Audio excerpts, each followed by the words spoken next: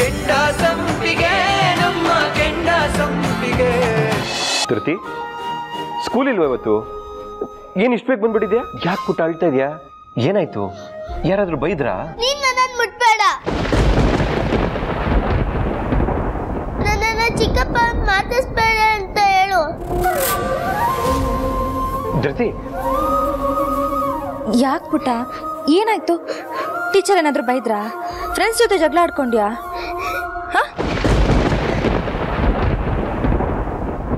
ಯಾಕೆ ಪುಟ್ಟ, ಯಾಕೆ ಅಳ್ತಿದ್ಯಾ? ಇವರೇ ನನ್ನನ್ನು ಅಳ್ಸಿರೋದು. ಧೃತಿ, ನಾನೇನ್ ಮಾಡಿದೆ ಪುಟ್ಟ? ಚಿಕ್ಕಪ್ಪ ಕೆಟ್ಟವ್ರ? ಚಿಕ್ಕಮ್ಮ ನಮ್ಮ ಸ್ಕೂಲಲ್ಲಿ ಎಲ್ಲರೂ ಚಿಕ್ಕಪ್ಪ ಕೆಟ್ಟವರು, ಚಿಕ್ಕಪ್ಪ ಚೀಟಾರ ಅಂತಾರೆ. ಅದೆಲ್ಲ ಸುಳ್ಳು ಪುಟ್ಟ. ನಿಮ್ ಚಿಕ್ಕಪ್ಪ ಯಾವತ್ತೂ ಯಾರಿಗೂ ಮೋಸ ಮಾಡ್ದವ್ರಲ್ಲ. ಚಿಕ್ಕಪ್ಪ ನೀನ್ ಹೇಳು, ಚಿಕ್ಕಪ್ಪ ಬಡವ್ರು ದುಡ್ಡು ತಿಂದಿದಾರಾ?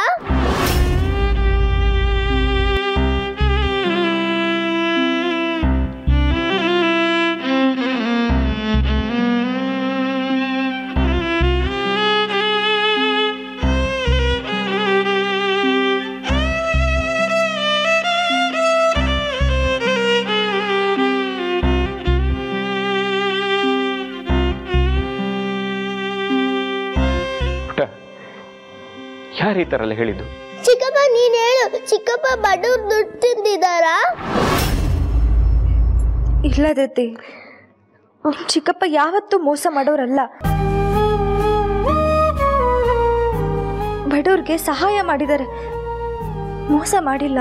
ಮತ್ತೆ ನಮ್ಮ ಸ್ಕೂಲಲ್ಲಿ ಚಿಕ್ಕಪ್ಪ ಚೀಟಾರ ಅಂತಾರೆ. ನನ್ನನ್ನ ಯಾರು ಆಟಕ್ಕೆ ಸೇರಿಸ್ಕೊಂತಿಲ್ಲ, ಎಲ್ರು ಬೈತಾರೆ. ನಾಳೆ ನಾನು ಸ್ಕೂಲ್ಗೆ ಹೋಗಲ್ಲ. ಬೆಳ್ಳಿ, ನಿನ್ಗೆ ಅರ್ಥ ಆಯ್ತಿಲ್ವಾ? ನೋಡು, ಕೆಲಸ ಮಾಡೋರು ಹೆಂಗಾರ ಕಿವಿ ಇಣಿಸಿ ಕೆಲಸ ಮಾಡಿಸ್ತಾರೆ. ಆದ್ರೆ ಲಂಚ ತಗೊಬೇಕು ಅಂತ ಫಿಕ್ಸ್ ಆಗಿರೋರ್ ಮನಸ್ಥಿತಿ ಹೇಗಿರುತ್ತೆ ಗೊತ್ತಾ? ನೀ ಕೆಲಸ ಮಾಡು ಬಿಡು, ನಮಗೆ ನಮ್ಮ ಪರ್ಸೆಂಟೇಜ್ ಬಂದ್ಬಿಡ್ಬೇಕು, ಹಂಗಿರುತ್ತೆ. ಅದಕ್ಕೆ ಹಂಗೇನಾದ್ರು ಆದ್ರೆ ಈ ಕ್ಷೇತ್ರದ ಅಭಿವೃದ್ಧಿ ಆಗುತ್ತಾ? ಈ ಕ್ಷೇತ್ರದಲ್ಲಿ ನಡಿಬೇಕಾಗಿರೋ ಕಾಮಗಾರಿಗಳೆಲ್ಲ ನಡೆಯುತ್ತಾ? ಇಲ್ಲ ತಾನೇ? ಇದ್ರೂ ಇರ್ಬೋದು ಕಾಶಿ, ಇವೆಲ್ಲ ಅರ್ಥ ಆಗಿಲ್ಲ ನನಗೆ. ಅರ್ಥ ಮಾಡ್ಸೋದಕ್ಕೆ ನಾನಿದ್ದೀನಲ್ಲ, ನೀನ್ ಅರ್ಥ ಮಾಡ್ಕೊಬೇಕಾಗಿರೋದು ಇಷ್ಟೇ. ನೀವ್ ಅನ್ಕೊಂಡ್ರಂಗೆ ಆ ಸಾಹೇಬ ಒಳ್ಳೆಯವನಲ್ಲ. ಯೋ, ನಾವೆಲ್ಲ ಅನ್ಕೊಂಡ್ರಂಗೆ ಅವ್ನು ಒಳ್ಳೆ ಕೆಲ್ಸನೂ ಮಾಡಕ್ಕಿಲ್ಲ. ಅವನಪ್ಪ ಭ್ರಷ್ಟ, ಲಂಚ್ಕೋರ, ಮೋಸಗಾರ ಕಣ್ರಯ್ಯ. ನಿಮ್ಮಂತ ಬಡವ್ರಿಗೆ ಬಗ್ರಿಗೆ ಅಂತ ಸರ್ಕಾರ ಎಷ್ಟೋ ಸ್ಕೀಮ್ಗಳು ಹಾಕಿರುತ್ತೆ. ಆ ಸ್ಕೀಮ್ ಹಣನ್ನೆಲ್ಲ ಕಜ್ಜಾಯ ಮಾಡ್ಕೊಂಡು ನುಂಗ್ಬಿಟ್ಟವನ MLA. ಅದಕ್ಕೆ ಅವನ್ ಮನೆ ಮೇಕೆ ರೇಡ್ ಆಗಿರೋದು. ಕಾಶಿ, ನನ್ ಬುಲ್ಬುಲ್ ಬರ್ತಾಳೆ. ಹೇಳಮ್ಮಿ. ಸುಮ್ನೆ ಆರೋಪ ಮಾಡ್ತಿದ್ಯಲ್ಲ, ನಾಚಿಕೆ ಆಗ್ಬೇಕು ನಿನಗೆ. ಆ ದೇವ್ರು ನಿನ್ನ ಮೆಚ್ತಾನ?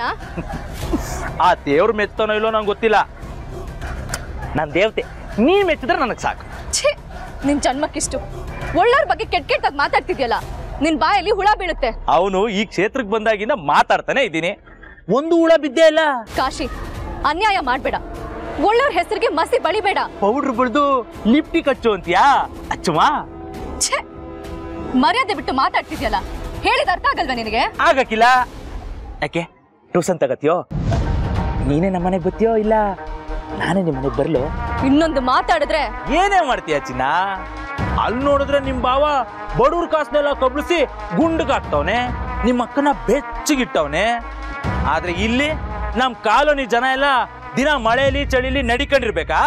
ಆದ್ರೆ ನಾವು ಮಾತ್ರ ಅರ್ಧ ಹೊಟ್ಟೆ ತಿಂದು ಅರ್ಧ ಹೊಟ್ಟೆ ನೀರು ಕುಡಿಬೇಕಾ? ಹೋಗಮ್ಮಿ ಹೋಗು, ನೀನ್ ಪುರಾಣನೆಲ್ಲ ಯಾವನ ಹತ್ರನಾದ್ರೂ ಊದ್ಕೋ, ನಮ್ಮ ಹತ್ರ ನಡೆಯಕ್ಕಿಲ್ಲ.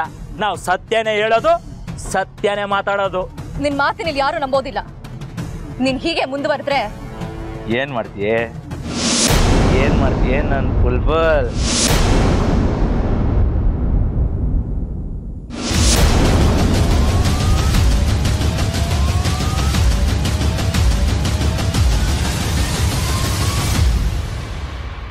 ಹಾಗೆಲ್ಲ ಮಾತಾಡಬಾರ್ದು ಧೃತಿ. ಇಲ್ಲೋಡು, ನಾಳೆ ನಾನೇ ಸ್ಕೂಲಿಗೆ ಬಂದು ಮಾತಾಡ್ತೀನಿ.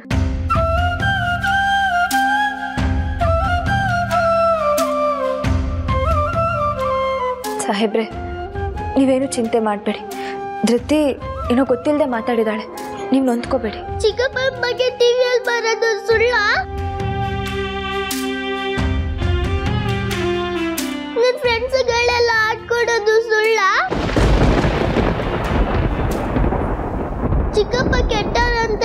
ಚಿಕ್ಕಮ್ಮ ಬಾ ಪುಟ್ಟ.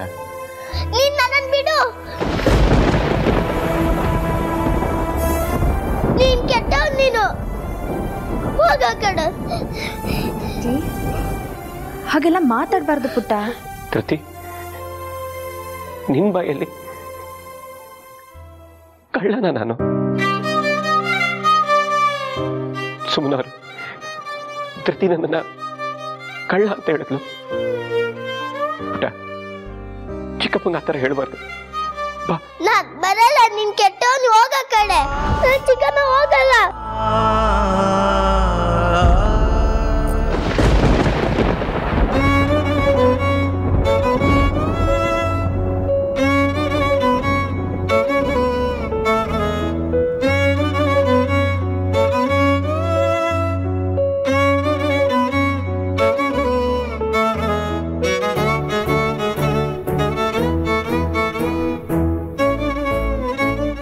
ಸುಮಾ, ನೀನು ಹೋಗಮ್ಮ. ಪಾಪುನ ನಾನು ನೋಡ್ಕೋತೀನಿ. ಬಾಮ್ಮ.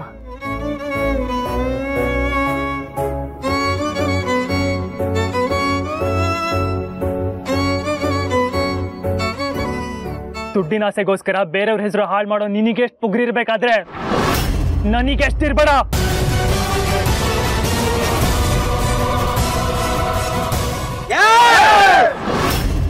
ಮಕ್ಳ, ಒಬ್ಬೊಬ್ಬಂಗ ಹೇಳ್ತಾ ಇದ್ದೀನಿ, ಮೈ ಮುಡ್ತೀನಿ ಅಂತ ಯಾವನಾರು ಮುಂದೆ ಬಂದ್ರೆ ಮುಟ್ಟೋಡ್ಕೊಳಂಗ್ ಹೊಡಿತೀನಿ.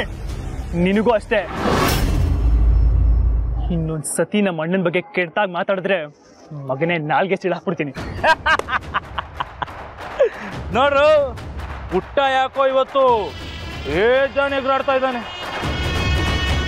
ಯಾಕೋ ಮರಿ ತುಂಬಾ ಎಗರಾಡ್ತಿದ್ಯಾ? ಸುತ್ತ ಎಷ್ಟು ಜನ ಇದಾರೆ ನೋಡಿದ್ಯಲ್ಲ, ಒಬ್ಬೊಬ್ಬ ಒಂದೇಟ್ ಹಾಕಿದ್ರೆ ಸಾಕು. ಕಾಶಿ, ಇವ್ರ ಮೇಲೆ ಏನಾದ್ರೂ ಕೈ ಮಾಡಿದ್ರೆ ಪರಿಣಾಮ ಸರಿ ಇರಲ್ಲ. ತಗೊಳ್ರಪ್ಪ.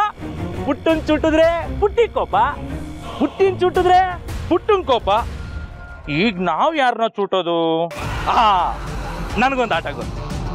ಅವಲ್ ಇಪ್ಪವಲ್ ಕಿಕ್ಕಾಂತಿ ನಮ್ಮಿ ನಮ್ಮಿ ದಾ ಮುಟ್ಟು ಪುಟ್ಟಸ್ ಪುಸ್ಸ ಕಾಯ್ ಕೊಟ. ಬಿಡಿ ಸುಭಾಷ್, ಬಿಡಿ ಅವನನ್ನ. ಅವ್ನ ತಲೆ ಕೆಟ್ಟ ಏನೇನು ಮಾತಾಡ್ತಿದ್ದಾನೆ ಅಂತ ನೀವು ಅವನ ಲೆವೆಲ್ಗೆ ಇಳಿಬೇಡಿ. ಬಿಡಿ ಸುಭಾಷ್, ಬನ್ನಿ ಸುಭಾಷ್. ಏಯ್, ಒಯ್ತಾ ಇರೋ, ನಾನು ನೋಡ್ಕತೀನಿ. ಪುಟ್ಟ ಪುಟ್ಟಿಯ ಪುಟ್ಟ ಕತೆ. ಚೆನ್ನಾಗಿದೆ.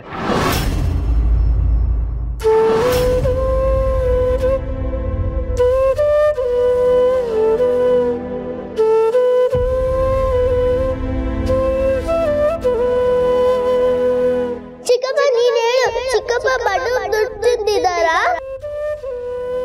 ಚಿಕ್ಕಪ್ಪ ಕೆಟ್ಟವರಂತೆ ಹೌದಾ ಚಿಕ್ಕಮ್ಮ?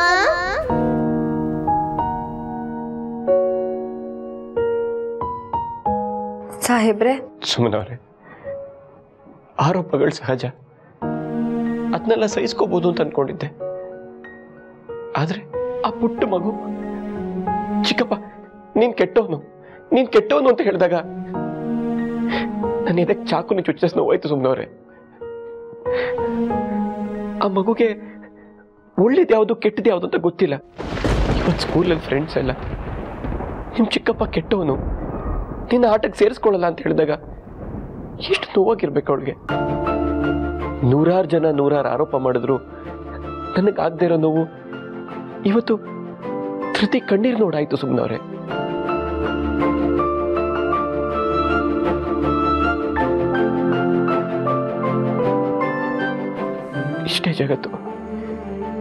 ಇಷ್ಟೇ ಜಗತ್ತು ಸುಮ್ಮನವ್ರೆ. ನೀವು 99 ಒಳ್ಳೆ ಕೆಲಸ ಮಾಡಿ ಒಂದು ತಪ್ಪು ಕೆಲಸ ಮಾಡಿದ್ರೆ ಜನರು ಆ ಒಂದು ತಪ್ಪರ ನೆನಪಲ್ಲಿ ಇಟ್ಕೋತಾರೆ ಹೊರತು 99 ಒಳ್ಳೆ ಕೆಲಸ ನೆನ್ಪಿಟ್ಕೊಳ್ಳಲ್ಲ. ಅದನ್ನ ಮರ್ತೇ ಬಿಡ್ತಾರೆ ಸುಮ್ಮನವ್ರೆ.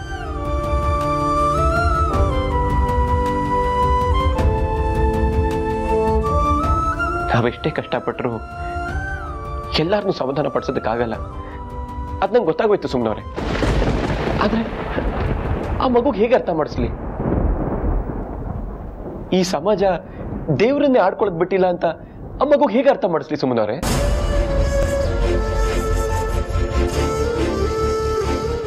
ಸಮಾಧಾನ ಮಾಡ್ಕೊಳ್ಳಿ ಸಾಹೇಬ್ರೆ. ಧೃತಿ ಹತ್ರ ನಾನು ಮಾತಾಡ್ತೀನಿ, ಅವಳಿಗೆ ನಾನು ಅರ್ಥ ಮಾಡಿಸ್ತೀನಿ. ಒಂದ್ಸಲಿ ಅರ್ಥ ಮಾಡಿಸ್ತೀರಾ, 2 ಸಲ ಅರ್ಥ ಮಾಡಿಸ್ತೀರಾ, ಆದ್ರೆ ಪದೇ ಪದೇ ಈ ರೀತಿ ಪ್ರಶ್ನೆಗಳು ಎದ್ದೇನಾದ್ರೆ ಆ ಮಗುಗೆ ಹೇಗೆ ಅರ್ಥ ಮಾಡಿಸೋದು ಸುಮ್ಮನವ್ರೆ?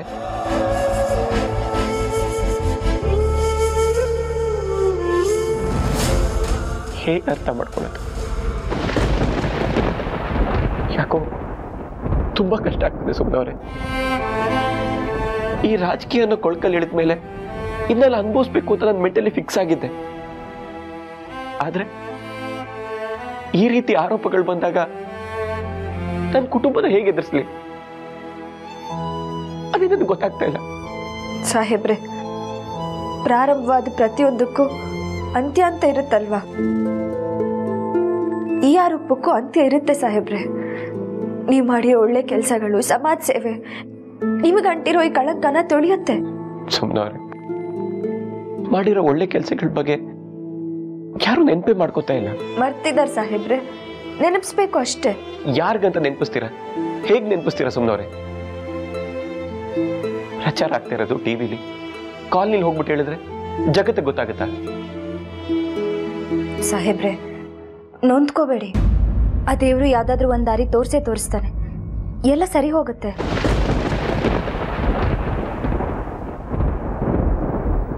ಎಲ್ಲ ದೇವ್ರು ಮಾಡಕ್ಕಾಗಲ್ಲ ಸುಮ್ಮನವ್ರೆ.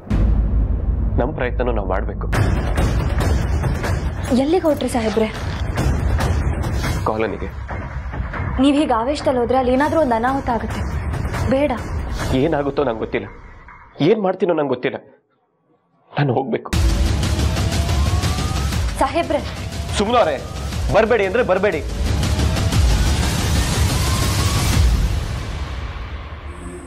ಅಪ್ಪ ಭಗವಂತ, ನನ್ನ ಮಗನ ಗಂಡಾಂತರದಿಂದ ನನ್ನ ಸೊಸೆ ಪಾರು ಮಾಡಿದ್ಲು.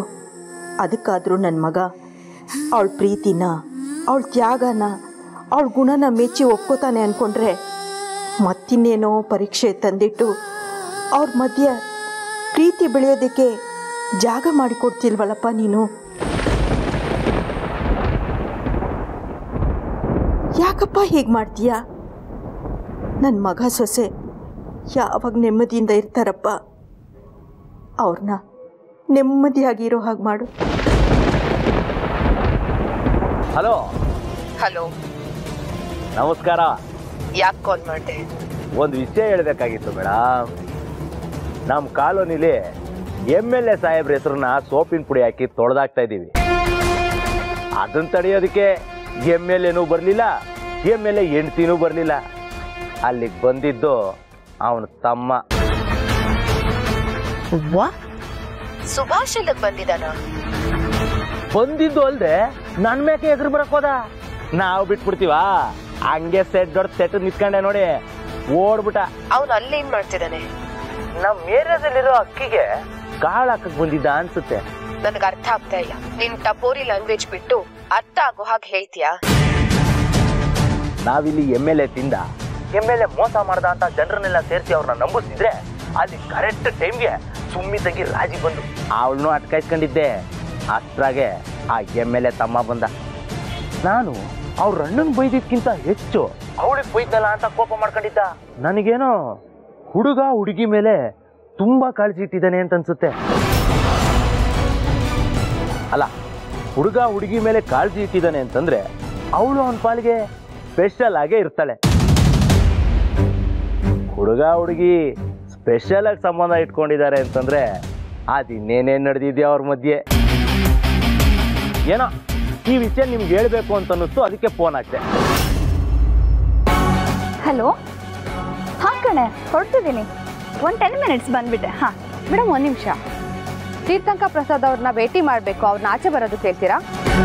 ಅಣ್ಣ ಮನೇಲಿಲ್ಲ. ನಿಮ್ಮ ಬ್ರದರ್ ತೀರ್ಥಂಕರ್ ಪ್ರಸಾದ್ ಅವ್ರ ಮೇಲೆ ಬಂದಿರೋ ಆರೋಪದ ಬಗ್ಗೆ ನೀವೇನು ಹೇಳ್ತೀರಾ ಮೇಡಮ್? No comments. ನನ್ನ ಮನೆಯಿಂದ ಸ್ವಲ್ಪ ಆಚೆ ಹೋಗಬೇಕಾಗಿದೆ, ಜಾಗ ಬಿಡಿ. ಮೇಡಮ್, 1 ನಿಮಿಷ. ನಿಮ್ಮ ಮನೆ ಮೇಲೆ ರೈಡ್ ಆದಾಗ ದಾಖಲೆಗಳು, ಹಣ ಸಿಕ್ತು ಅಂತ ಹೇಳ್ತಿದ್ದಾರೆ, ಅದಕ್ಕೇನು ಹೇಳ್ತೀರಾ? ಒಂದ್ಸರಿ ಹೇಳಿದ್ರೆ ಅರ್ಥ ಆಗಲ್ವೇನ್ರಿ ನಿಮ್ಗೆ? MLA ತೀರ್ಥಂಕರ್ ಪ್ರಸಾದ್ ಅವರ ಸಹೋದರಿಯನ್ನ ಪ್ರಶ್ನೆ ಮಾಡಿದ್ವಿ. ಆದ್ರೆ ಅವರು ಎಷ್ಟು ಕೋಪ ಮಾಡ್ಕೊಂಡು ಹೋದ್ರು ಅಂತ ನೀವೇ ನೋಡಿದೀರಾ. ಇದು ಸತ್ಯ ಗೊತ್ತಾಯ್ತು ಅನ್ನೋ ಭಯನ ಅಥವಾ ಜನತೆಗೆ ಉತ್ತರ ಕೊಡಕ್ಕಾಗದೆ ಫಲಾಯನ ಮಾಡ್ತಾ ಇರೋದಾ? ನೀವೇ ನಿರ್ಧಾರ ಮಾಡಿ.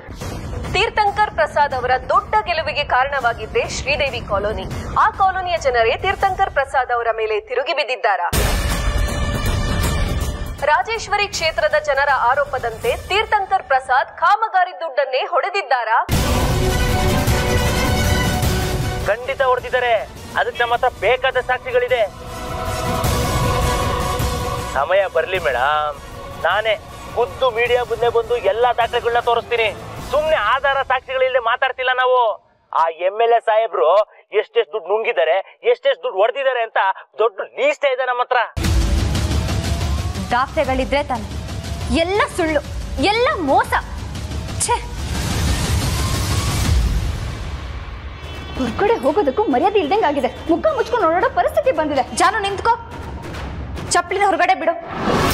ನಿನಗೆ ಹೇಳ್ತಿರೋದು, ಚಪ್ಪಲಿನ ಹೊರಗಡೆ ಬಿಡು ಅಂದೆ.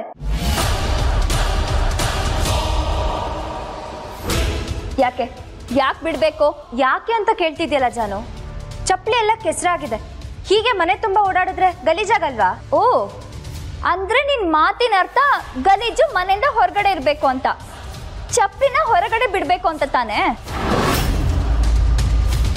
ಮತ್ತೆ ನೀನ್ ಯಾಕೆ ಒಳಗಡೆ ಇದ್ಯಾ? ಒಳಗಡೆ ಏನೇ ಮಾಡ್ತಾ ಇದ್ಯಾ ನೀನು?